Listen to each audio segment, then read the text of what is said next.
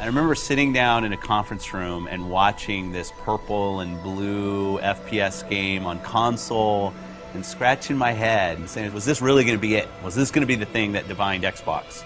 And obviously 10 years later it proves that that was the kind of the seminal moment for us, the beginning of Halo as an Xbox game. Not only did Halo 1 bring the FPS to the console, it also brought story. Cortana. I've spent the last 12 hours cooped up. The combination really established sort of a new genre, if you will, of FPS console story expectation. Halo did a lot of really conventional storytelling through cinematics and cool voice acting and great music, obviously.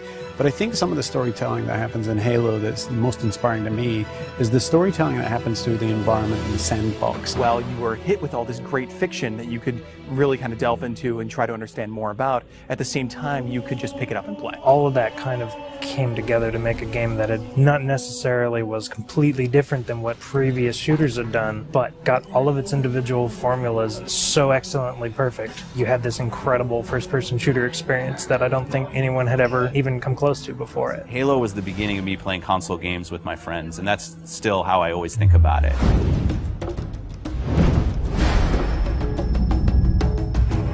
I think people have been asking for a remake of Halo 1 since Halo 2 was announced. I like to go all the way back to the day that Xbox Live came out, and the demand for Halo 1 and the ability to play, say, co-op over Xbox Live kind of started, and it built up over the years and over the years. It was the perfect timing since the 10-year anniversary was coming up. It occurred to us that there's this entire generation of people who never played the original game. If you're an 18-year-old gamer today, you were 8 when Halo came out. We did due diligence on a number of partners. The number one requirement was that it didn't impact gameplay at all. You have a classic. You have something that's just magical, right? If you go and tinker with it, you're going to lose that magic. What we really needed was someone who could work with our existing physics and gameplay engine. Saber popped up really quickly. They're like, yeah, we can do this. We can make the game look like a current generation game, and we can do it by using the original Halo 1 engine. The gameplay in Halo 1 is what's called deterministic. In other words, if you feed the engine the same input, the game will behave in the same way. And if you can apply this principle across a network, you can have two game worlds completely in sync. So rather than simulate Halo's original gameplay or Halo's original physics, we're able to actually use them completely. So the car is nice and shiny, but the engine is fairly old, but so we had to make sure that it all kind of fits together. And then we had to speed up the engine to make sure it works in today's world. We've done some deliberate things. The library is easier to navigate now. We use lighting and textures to make it a little bit simpler. The pillars are covered in holograms on one side, or they're more decorated on the other side. From what we've noticed, it actually seems to help people that aren't familiar with the library figure out where they're going. Truth and Reconciliation is one of the best examples I can give. If you come to that first interaction and then you make your way towards a cliff, you can look up and see this unbelievable skybox. And so having all these updated graphics has really made the game, to me, just more immersive. I still remember the first time I saw someone switch to graphics. I didn't know that was actually going to be a feature until I saw someone do it. In a lot of ways, it was a very, very fine balancing act. Because again, we're running all the original Halo 1 animations, so it's the original Halo 1 skeletons for those characters needed to be rebound into the updated meshes that we had brought over from Halo Reach and from Halo 3. For example, the Elite actually has an elongated neck, so they're a little bit more squat and compact. Cracking the case in 30 seconds.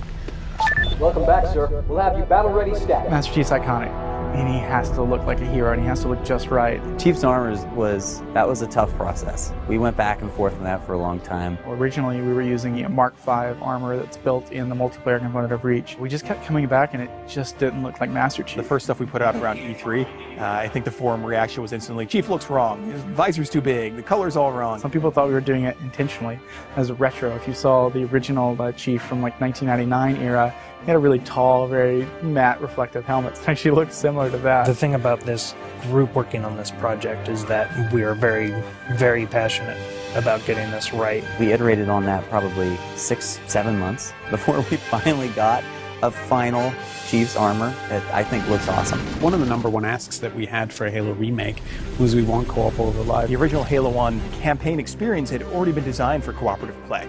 You notice when you were getting out of the initial cryotube, there's actually 2 cryotubes for cinematic. It definitely creates another challenge for us when you're playing with somebody else, but we obviously wanted to support that. The code base was built 10, if not 15 years ago, so we had to figure out how this code base is structured, how it was designed. We had a lot of people work really long hours to make it happen and to really really code it ultimately from scratch. It's pretty seamless, so you'll go into the campaign lobby, and there you'll see your friends who are online playing the game. You fire off an invite to a friend, and they'll be able to join you, allowing you to play what was originally a split-screen cooperative campaign experience, now across live.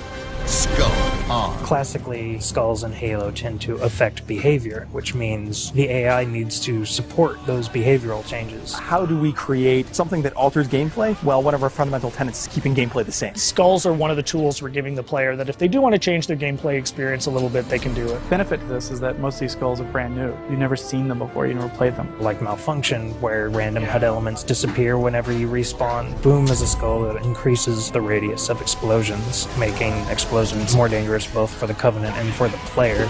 That in combination with something like Grunt Funeral means that you become very afraid of grunts.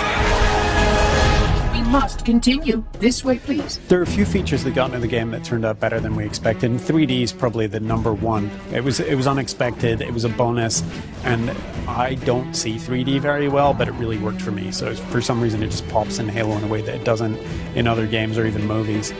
Yeah, I'd say the feature that surprised me the most was Kinect. So we've got a number of voice commands throughout the course of the game. Things like grenade, reload. At a point during the game when you're playing, you can say analyze, and this mode comes up where you can almost capture items. So you move your cursor over, say, an elite or a grunt, and in the library, you can go in there and see the things you've captured, move the model around in 3D, and it gives you a bit of a breakdown and explanation of what those characters are. For me, when I think about Halo, I think about looking around and just the scope and the scale of everything. This is the game that started it all, and people can really dive in and play and remember what it was like to play it 10 years ago, and if you didn't play it 10 years ago, you can see what it was like 10 years ago. It's the quintessential walk down memory lane with a much better visuals. Ultimately, the thing you learn is it doesn't just look modern, it feels completely modern. Completely remastered campaign, great additional features like co-op over live, skulls, terminals, 3D, Kinect, and multiplayer. Once you see it for yourself, I don't know, really, it's a pretty awesome experience. There's a lot of stuff in there for $40. We're actually really excited about the fact that there's so much there, and it's a real smorgasbord of stuff for people who enjoy Halo. One of the best values that you'll find this holiday season by far.